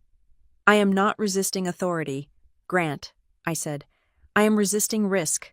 Authority does not replace process, and a title does not grant you the right to bankrupt this company." The room hung in suspension. The words echoed off the glass walls. I had just spoken to a vice president in a way that usually ends a career. Julian looked at Grant, who was breathing hard, his face slick with sweat. Then he looked at me. "Sit down, Grant," Julian said. Grant sat. He looked like a deflated balloon. "Effective immediately," Julian said. "Grant Halbrook is removed from the Sterling Logistics project pending a full internal review. His administrative access is revoked. Director Kovic, please escort him to his office to collect his personal effects. He is on administrative leave until the audit is complete." Grant looked at the CEO, stunned. "You are benching me for her." "I am benching you for the $500,000 liability you just created," Julian said. "Leave the room." Kovic stood up and moved toward Grant. It was not a request. Grant stood up, straightening his jacket with trembling hands. He looked at me one last time. There was no anger in his eyes anymore. There was something else. A cold, calculating resolve. He walked out, Kovic trailing him like a shadow. The door clicked shut. "Hazel," Julian said, "you acted correctly, but do not celebrate yet. The auditors are arriving in an hour. If that Delta folder contains what I think it contains, Grant was trying to hide a fire. Now that he is gone, you are the one holding the matches." "I understand," I said. Go back to work, Julian said, and Hazel, keep that notebook. I walked out of the boardroom. My legs felt weak. I had won the battle. Grant was benched. But as I recalled the look in his eyes, I knew the war was not over. He had mentioned the Delta folder too many times. He knew too much. And a man like Grant Halbrook does not go down without trying to take the whole building with him. He still had one card left to play. And I had a terrible feeling I knew what it was. The hallway was quiet, a stark contrast to the suffocating tension inside the boardroom. The carpet was thick, muffling the sound of my heels as I walked toward the window. I did not go to the bathroom. I did not go to the water cooler. I stood in the alcove overlooking the gray Cleveland skyline, and I pulled the small white card from my pocket. My hands were surprisingly steady. I had expected to be shaking, but a cold clarity had settled over me. This was not an emotional outburst. This was a procedural execution. I dialed the 10-digit number. It rang once. Board Audit Hotline, a voice answered. It was a woman, professional and detached. This line is monitored by Barker and Halloway, external counsel for Keystone Cold Chain Solutions. Is this an emergency report? Yes, I said. This is a report of executive fraud, record falsification, and active destruction of evidence. State your name and employee ID, or state if you wish to remain anonymous. My name is Skyla Stone, I said clearly. Employee ID 4492. I am the operations risk manager. Go ahead, Ms. Stone. The recording has started. I looked at the closed doors of the boardroom down the hall. I imagined Derek in there, spinning his web, charming the board, using my silence as proof of his innocence. He had no idea that the ground beneath him was about to liquefy. I am reporting that Derek Vaughn, Vice President of Operations, has manipulated internal risk assessments regarding Project Frostline, I said. I spoke in a cadence I had practiced in my head for nights. Fact, fact, fact. On October 1st, Mr. Vaughn used unauthorized delegate access to sign a green light safety analysis under my name. The metadata will confirm that the IP address of the signing device belonged to his workstation, not mine. Noted, the operator said. I could hear the click of keys. I am also reporting a violation of the Vendor Integrity Act, I continued. The vendor, Polar Grid Monitoring, is being paid through a shell company listed as Apex Strategy Partners. I have reason to believe this entity is financially linked to Mr. Vaughn. The invoices are being routed to a mailbox in Columbus, Ohio. Do you have documentation? I have hard copies of the original risk assessments, the email threads before they were deleted from the server, and the vendor registration files. I said, I am currently in the quarterly board review. Mr. Vaughn is presenting altered documents to the board at this very moment. There was a brief pause on the other end of the line. You stated that he is presenting altered documents right now, the operator asked. Yes, I said, and he has asserted that he has full administrative control over the department records. Understood, the voice said. The tone shifted. It became urgent. Ms. Stone, pursuant to corporate governance bylaws, this report triggers a Level 1 integrity alert. We are initiating a preservation order. Do not hang up until I confirm the legal hold is active. I waited. The silence stretched for 10 seconds, then 20. I knew what was happening in the background. This was the part Derek did not understand. He thought the hotline was a suggestion box that went to HR, where his golfing buddies would bury it. It was not. It was a direct line to the audit committee's external lawyers. The moment the operator hit that button, a command was sent to the Keystone Central servers. It bypassed Derek. It bypassed the CEO. It went straight to the IT backbone. The legal hold is active, the operator said. All email accounts associated with Derek Vaughn and the operations department are now frozen. Admin privileges have been revoked. Do not discuss this call with anyone not on the audit committee. Thank you. Ms. Stone. The line went dead. I put the phone back in my pocket. I took a deep breath. Smoothing my skirt, I walked back down the hallway. When I pushed the boardroom doors open, the atmosphere had shifted, but not in the way I expected. Derek was still talking. He was leaning back in his chair, looking relaxed, a bottle of water in his hand. As I was saying, Derek said, gesturing vaguely at the screen, Skyla is under a lot of stress. I think we need to be compassionate. She is lashing out because she knows the metrics do not look good. Marjorie Klein was watching me as I walked to my seat. She did not look compassionate. She looked like a woman who was waiting for the other shoe to drop. I sat down. I did not say a word. I just folded my hands on the table and looked at the screen. Now, Derek said, sitting up straighter. I want to show you the email from September where I specifically told the team to slow down. I think it will clear up any confusion about who pushed for the deadline. He reached for his laptop. He tapped the trackpad to wake it up. It is right here in the archive, he said, clicking on his Outlook icon. Nothing happened. Derek frowned. He clicked again. A small gray box appeared on the projection screen behind him for everyone to see. System error, access denied. That is odd, Derek muttered. Wi-Fi must be spotty. He tried to close the window and reopen it. Login required. He typed his password. His fingers moved fast, confident. He hit enter. Account locked. Please contact system administrator. What is this? Derek said, a note of irritation creeping into his voice. Apologies. Everyone. The system is acting up. He pulled his phone out of his pocket. I will just pull it up on the mobile app. I watched him. I saw his thumb swipe across the screen. I saw him tap the email icon. I saw the color drain from his face as the same message appeared on his phone. Account suspended. He looked up, his eyes darting around the room. He looked at me. For the first time, he did not look smug. He looked confused. He tried to log into the cloud drive. Denied. He tried to access the HR portal. Denied. Is anyone else having network issues? Derek asked, his voice tight. No one answered. The other board members were watching him with growing interest. A vice president does not just get locked out of his own system in the middle of a presentation. Then the side door opened. It was not a waiter. It was the board secretary. A woman named Helen who had worked at Keystone for 30 years. She never entered a meeting unless the building was on fire. She walked purposefully across the room. The silence was absolute. The only sound was the hum of the projector. Helen did not look at Derek.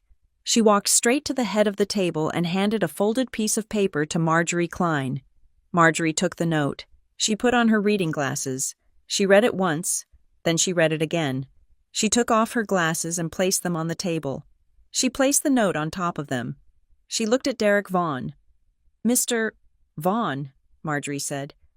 Her voice was not loud, but it stopped the air in the room.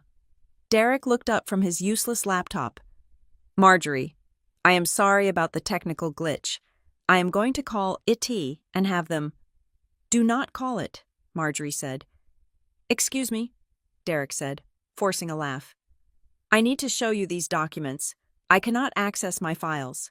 You cannot access your files because you are under a legal hold, Marjorie said. The words hung in the air like smoke. Derek froze. He blinked, his mouth slightly open. A legal hold? That is ridiculous. Who authorized that? The audit committee, Marjorie said. We have received a formal whistleblower complaint alleging fraud and record tampering. The preservation order is automatic. It freezes everything. Your email, your chat logs, your document history. It freezes them exactly as they are right now, so they cannot be deleted. Derek stood up. His face flushed a deep, angry red. This is Skyla, he spat, pointing a finger at me. She is doing this. She walked out of here and called someone. You cannot let a disgruntled employee hijack a board meeting with false accusations. Sit down, Derek, Marjorie said. No, I will not sit down, Derek shouted. He grabbed his laptop. I am going to my office. I have hard copies. I will prove that she is lying. This is my department. You cannot lock me out of my own data. He turned to leave. Mr. Vaughn, Marjorie said. She did not shout, but the authority in her voice cracked like a whip. Do not leave this floor. Do not contact your assistant. Do not attempt to access any Keystone systems. Derek stopped. He turned back to her, his chest heaving. He looked like a cornered animal.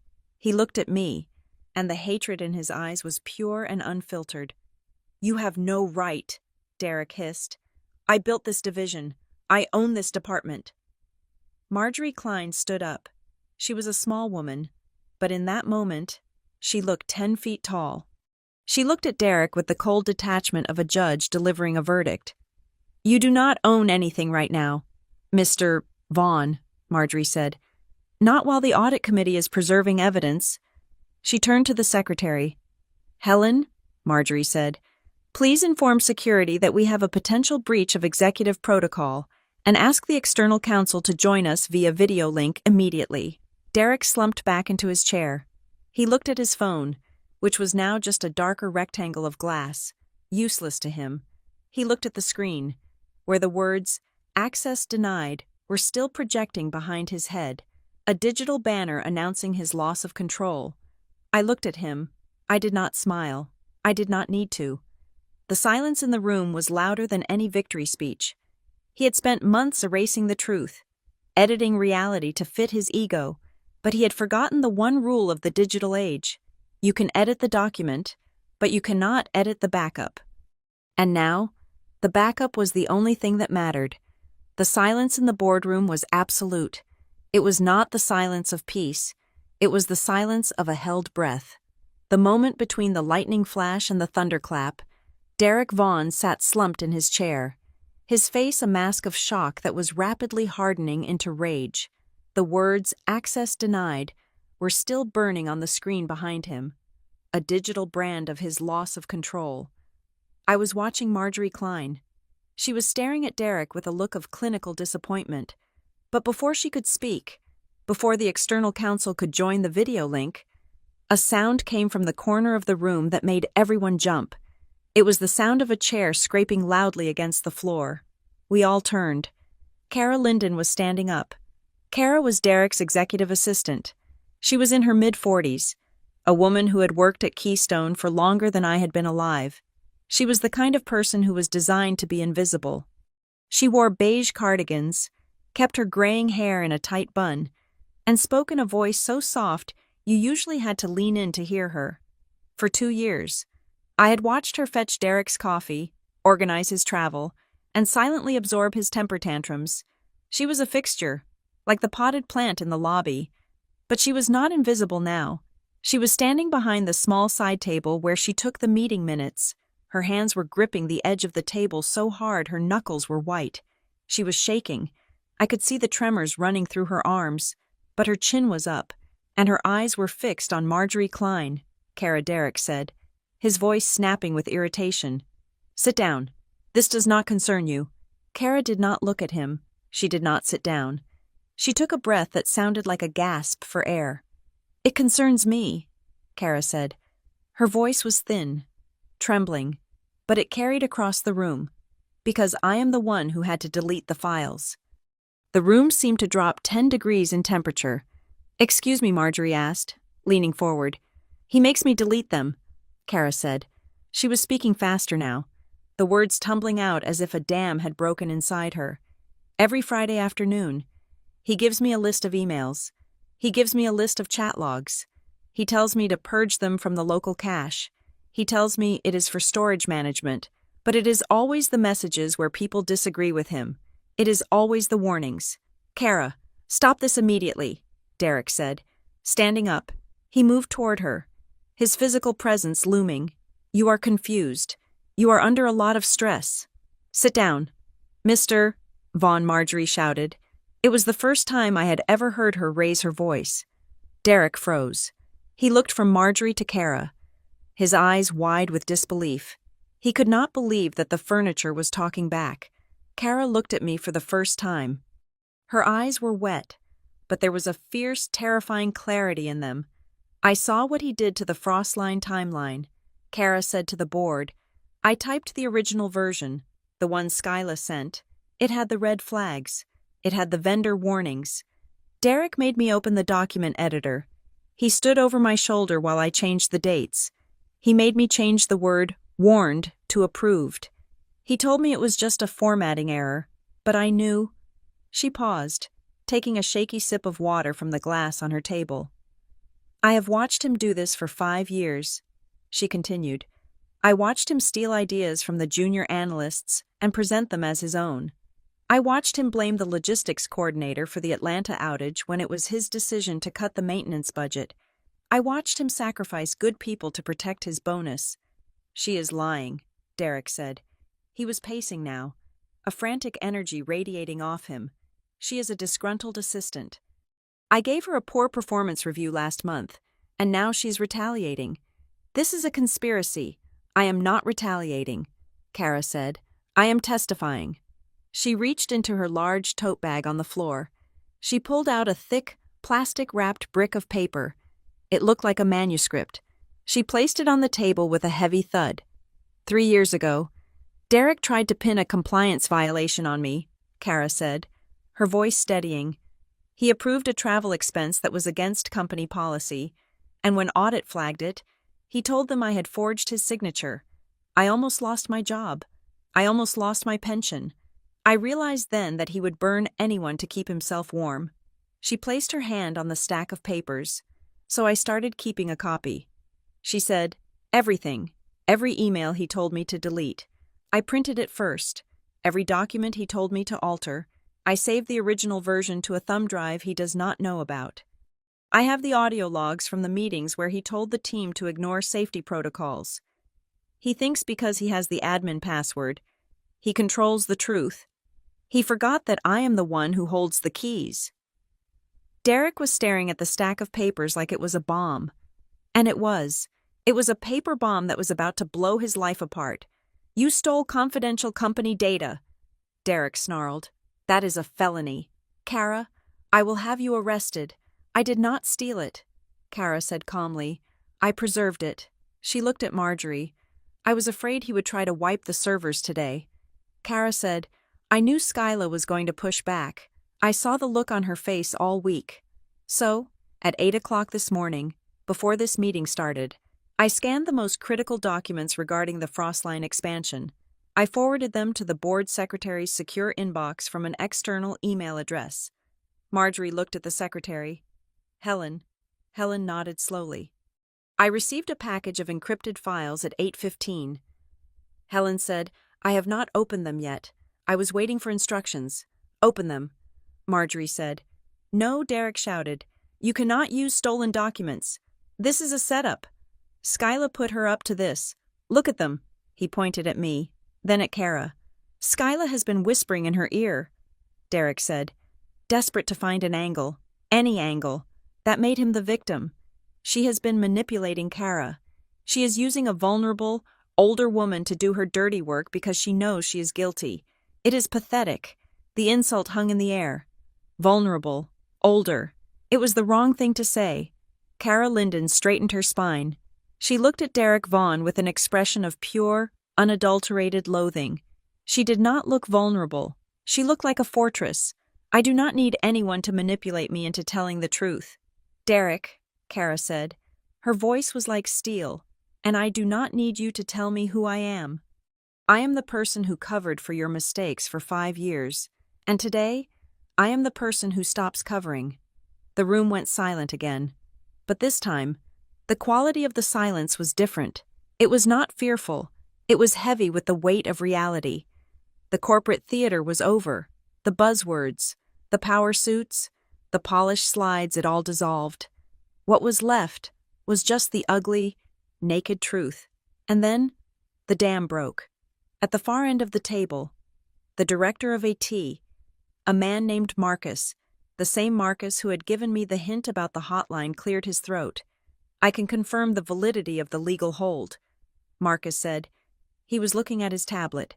The command came through from the external counsel 3 minutes ago. The system is in total lockdown. I am looking at the logs now. I can see 3 failed attempts to delete the email archive from Derek's account in the last 90 seconds. He looked up at Derek. You are still trying to delete them. Derek, Marcus said. Even while you are standing here denying it, your phone is trying to execute a purge command. The system is blocking it. Derek stammered. It must be an automated script. I also have something to add. Another voice said. It was the VP of Finance. He was a man who usually backed Derek in every meeting, but rats are excellent at sensing when a ship is sinking. I reviewed the invoices for Apex Strategy Partners last night, the finance VP said, not looking at Derek. I thought it was strange that the billing codes didn't match our standard vendor list. I did a little digging. The tax ID for Apex is linked to a residential address in a suburb where Mr. Vaughn owns a rental property. Derek went pale. That was the kill shot. The altered documents were bad. The deletion attempts were incriminating. But financial fraud, that was prison. I did not know. The finance VP added quickly, covering his own tracks. I assumed it was a legitimate consulting arm. But in light of what Ms. Stone and Ms. Linden have presented, I believe we need a full forensic audit of the books. Derek sank back into his chair. He looked small. The swagger was gone. The I own this department energy had evaporated, leaving behind a terrified man in an expensive suit who realized he had no friends in the room. I looked at Kara. She was still standing, her hands still trembling slightly, but she was breathing easier. We locked eyes. I nodded to her. She nodded back. It was a silent acknowledgement. We were the women he had underestimated.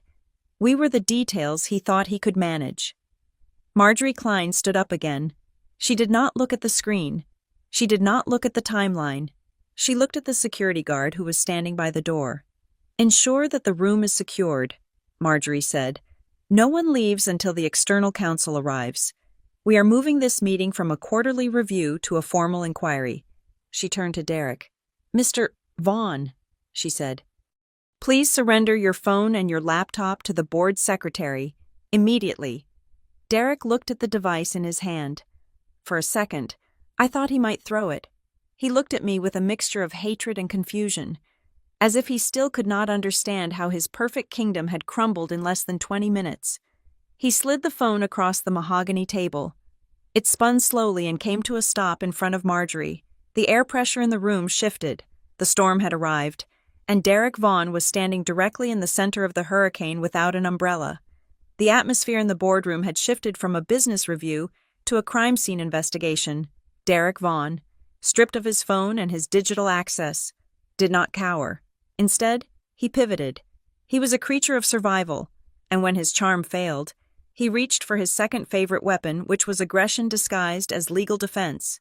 He stood up, buttoning his jacket with a sharp, definitive movement. He looked at the board members, then at me, and finally settled his gaze on Marjorie Klein. This is retaliation, Derek said. His voice was loud, projecting to the back of the room where the external counsel was now visible on the large video screen. Let the record show that I am being targeted by 2 subordinates who are currently facing performance management issues. Skyla Stone failed to manage the Frostline rollout, and Kara Linden is a disgruntled assistant who I was planning to replace next month. This is a coordinated attack to save their jobs by defaming my character. He pointed a finger at me. It was steady, accusing. Skyla is incompetent, he declared. She is projecting her own failures onto me, and Kara is confused and bitter. You are taking the word of a failing manager and a secretary over a vice president who has delivered 20% growth year over year. I watched him. He was good. Even now, with the evidence piling up, he sounded convincing. He sounded like a man who was righteously angry. A weaker board might have hesitated. They might have thought, maybe he is right.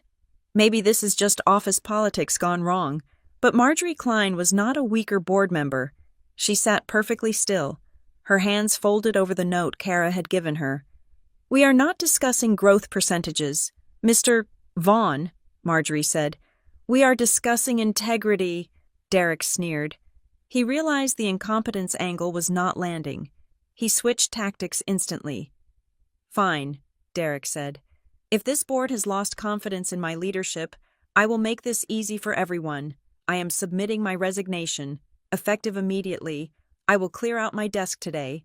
You can mail me my final check. He turned to leave, reaching for his briefcase. It was a classic move. If he resigned, he could leave on his own terms.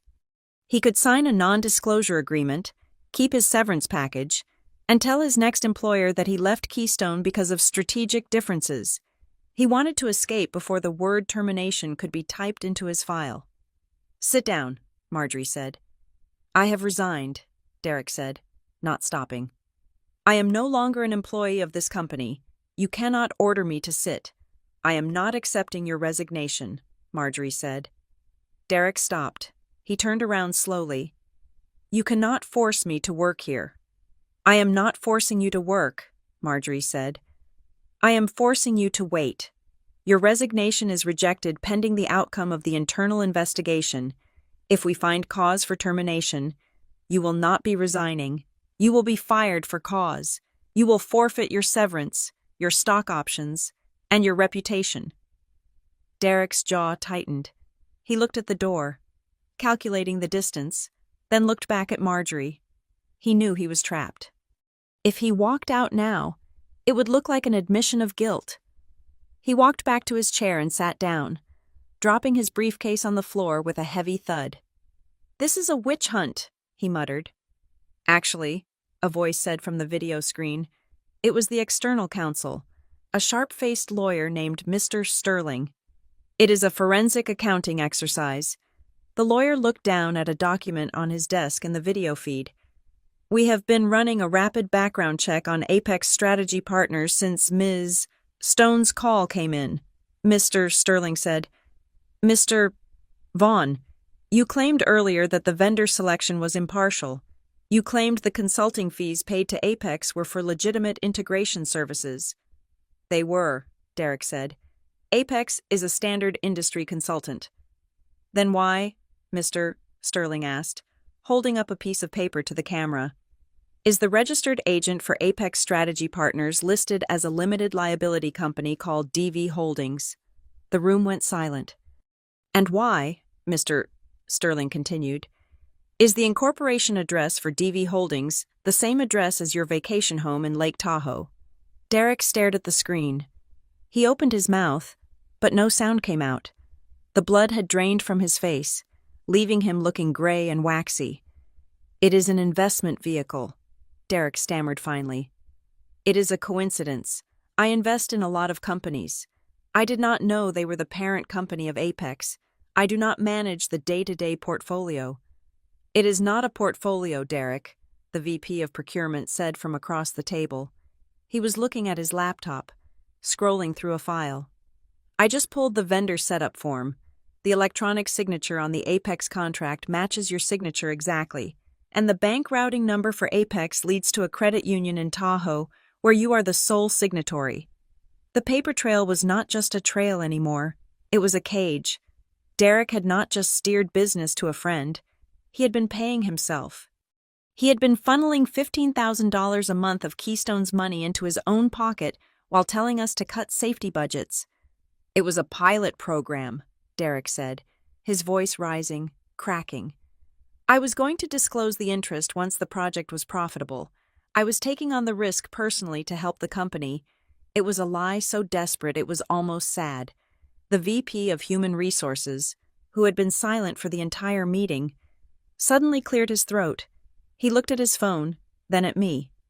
"Ms. Stone," the HR VP said, "regarding the performance alignment meeting scheduled for this morning, there seems to have been a clerical error. That meeting is canceled. We will be removing the invitation from your calendar immediately."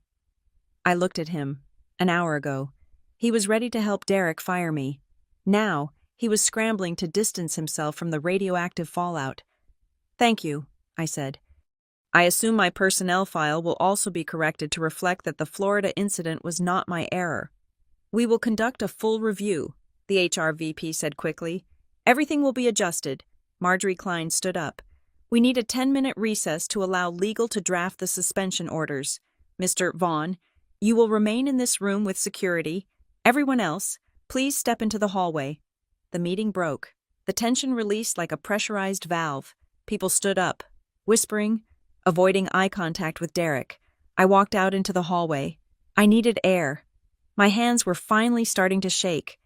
The adrenaline crash hitting me all at once. I leaned against the wall near the water cooler, closing my eyes. You think you won? I opened my eyes. Derek had stepped out of the room before the security guard could stop him. He was standing 3 feet away from me. The hallway was crowded, but he spoke in a low, intimate voice that only I could hear. He was smiling.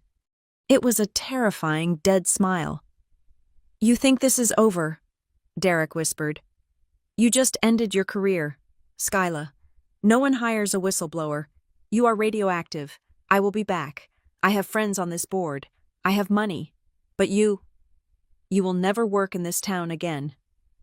I looked at him. I saw the fear behind his eyes. He was trying to scare me because he was terrified. He was trying to make me feel small so he could feel big again. No, Derek, I said. My voice was calm, steady, and loud enough for the HR VP standing nearby to hear. You just ended your protection. Ms. Stone is correct, a voice said. Kara Linden was standing behind Derek. She was holding another piece of paper. Get back in the room. Derek, Kara said. You shut up, Derek snapped at her. I found one more thing, Kara said. Ignoring him, she turned to Marjorie, who had just stepped out of the boardroom. Marjorie, you need to see this. Kara handed the paper to Marjorie. I was searching the chat logs from last year, Kara said. This is a message Derek sent to the former CFO when they were discussing the audit cycles. Marjorie read the paper. Her eyes widened. She looked up at Derek with an expression of pure disgust. Read it, Marjorie said, handing the paper back to Kara. Read it out loud. Kara cleared her throat. She looked at Derek. The message says, do not worry about the compliance checks. I own this department. The board never checks the basement. The hallway went silent. It was the smoking gun. It was not just negligence. It was contempt. It was proof that Derek viewed the board, the company, and the law as obstacles to be mocked, not authorities to be respected. He had bragged about hiding his dirt in the basement, the deep operational levels where he thought no one would ever look. He thought he was smarter than everyone else. He thought we were just cogs in his machine. I own this department, I said softly, repeating his words. That is what you told me. That is what you told the board. You really believed it. Derek looked around. He saw the faces of his colleagues. He saw the disgust, the judgment, the finality. There were no more allies. There were no more lies to spin. Security! Marjorie called out. 2 uniformed guards stepped forward. Mr. Vaughn is placed on immediate administrative leave pending the conclusion of the audit, Marjorie announced. Escort him to his office to collect his car keys, and then escort him off the premises. He is not to touch a computer. He is not to speak to staff. Derek straightened his jacket. He tried to muster one last shred of dignity. You are making a mistake, he said. This company falls apart without me. We will take that risk, Marjorie said. The guards stepped to either side of him. Derek Vaughn, the man who owned the department, was marched down the hallway like a common trespasser. He did not look back. I watched him go. I felt Kara stand beside me. The basement, I said to her. He really said that. He said a lot of things, Kara said, adjusting her glasses. He just never thought anyone was listening. The emergency audit committee session starts in 1 hour, Marjorie said, turning to us. Skyla, Kara, I need you both there. We have a lot of work to do. We will be there, I said. I looked down at my notebook. The little white card was still taped there. I didn't need it anymore. I peeled it off and held it in my hand. It was just a piece of paper, but it had weighed more than Derek's entire ego. The department did not belong to him. It never had. It belonged to the people who did the work. And finally, we had the keys back. The emergency audit committee hearing did not take place in the grand boardroom with the mahogany table and the view of the city. It took place in a small, windowless conference room on the secure executive floor known as the fishbowl. The walls were glass, but the blinds were drawn tight. There were no pastries. There was no coffee.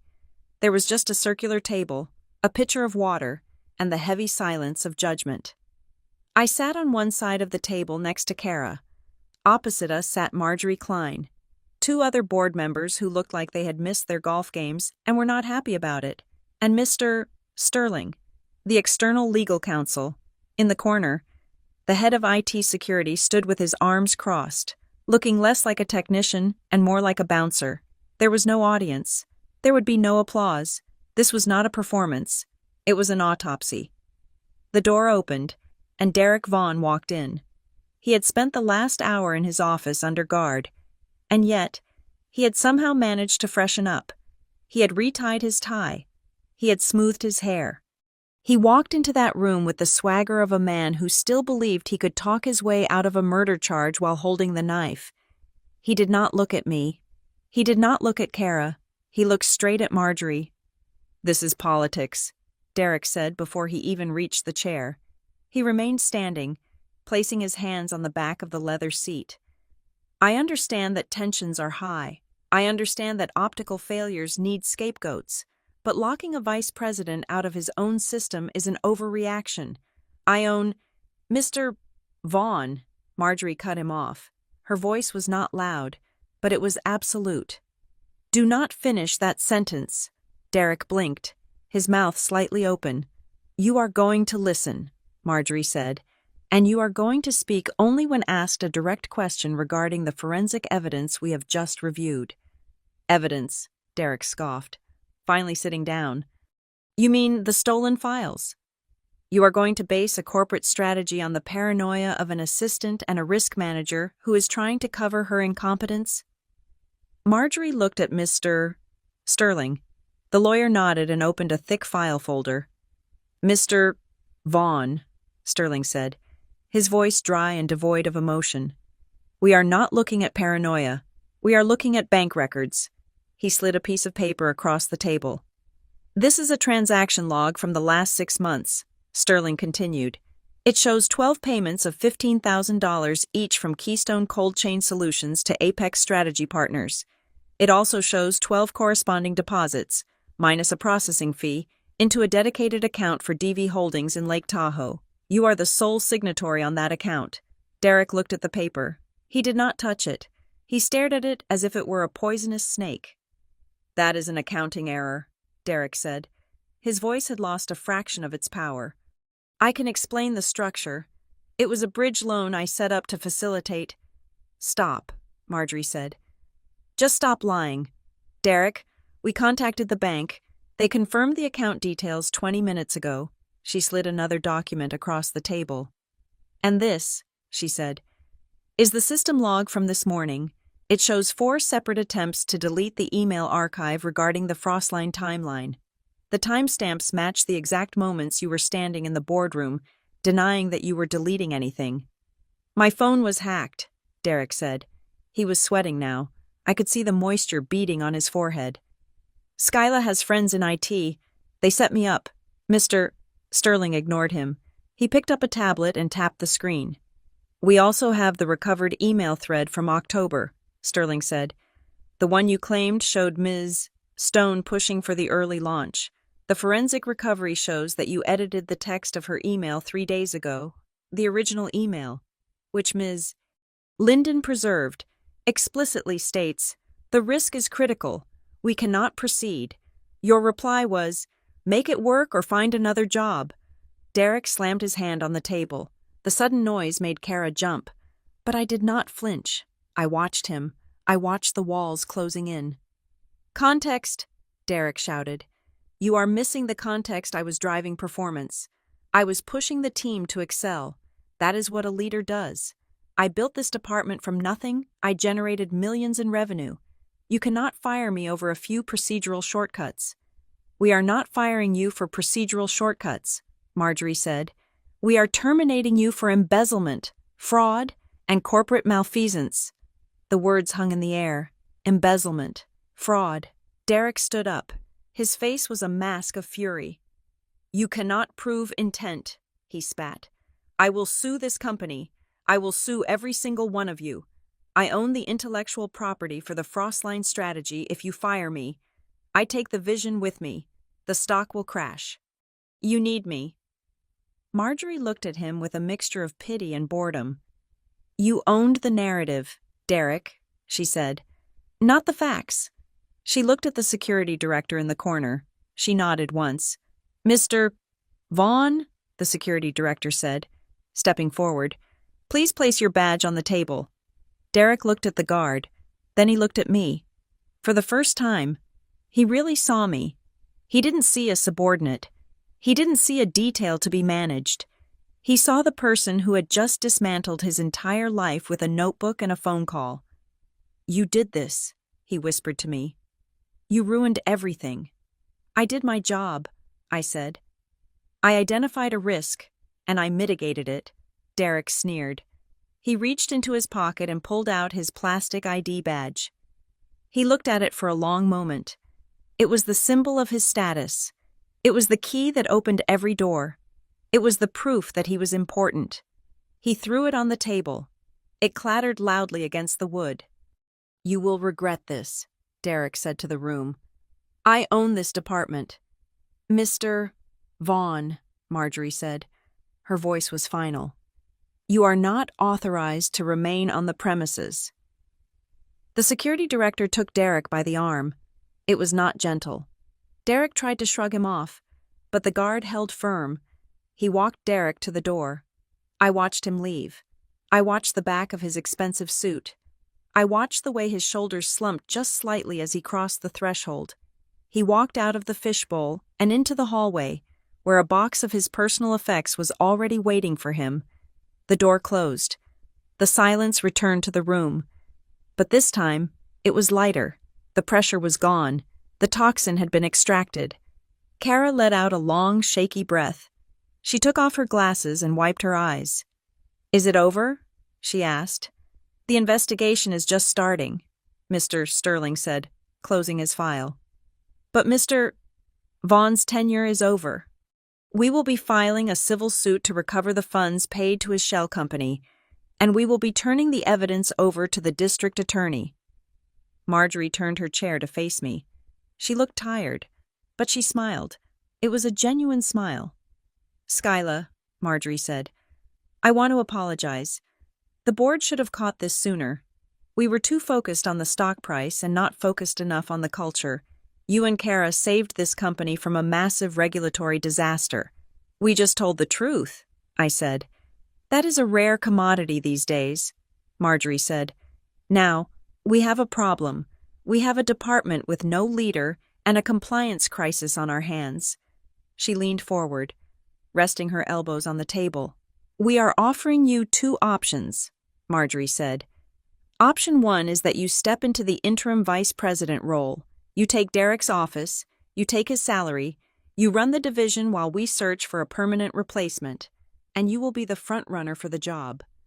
I looked at the empty chair where Derek had sat. I imagined sitting there.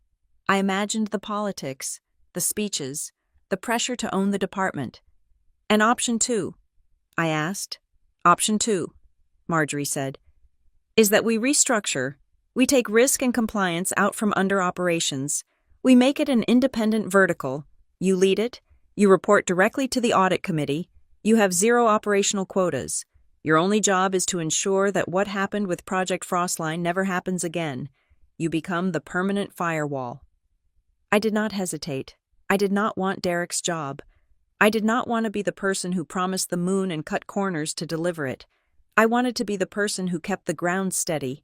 I wanted to build a system where integrity was not a courageous act, but a standard procedure. I choose option 2, I said. Marjorie nodded, looking pleased. I thought you might. Why? Because, I said, looking at the door where Derek had made his exit. I do not want to sit in Derek's chair. I want to make sure that no one ever gets set up in that chair again. I stood up. I shook Marjorie's hand. I shook Mr. Sterling's hand. Then I turned to Kara. Are you ready to go back to work? I asked her. Kara smiled. She stood up and picked up her notebook. Yes, she said. I believe I have some filing to do. We walked out of the fishbowl together. The office was buzzing with rumors. But as we walked down the hall, the whispers stopped. People looked at us. They didn't look with fear. They looked with respect. I walked back to my desk. I sat down. I opened my black notebook. The tape was still there on the back cover. a sticky residue where the card had been. I didn't need the card anymore. I knew the number by heart, but more importantly, I knew that I didn't need to hide it. I opened a new page. At the top, I wrote the date. Underneath it, I wrote one sentence: start clean. I picked up my pen. I had a lot of work to do. And for the first time in 2 years, I wasn't just managing the risk, I was setting the standard. Thank you so much for listening to this story of corporate justice and reclaiming the truth. I would love to know where you are tuning in from today. Are you listening from your office, your car, or maybe while relaxing at home? Please let me know in the comments below so we can connect. If you enjoyed seeing Derek get exactly what he deserved, please subscribe to the Boss Revenge Stories channel, like this video, and hit that hype button to help this story reach even more people who need a little victory in their day.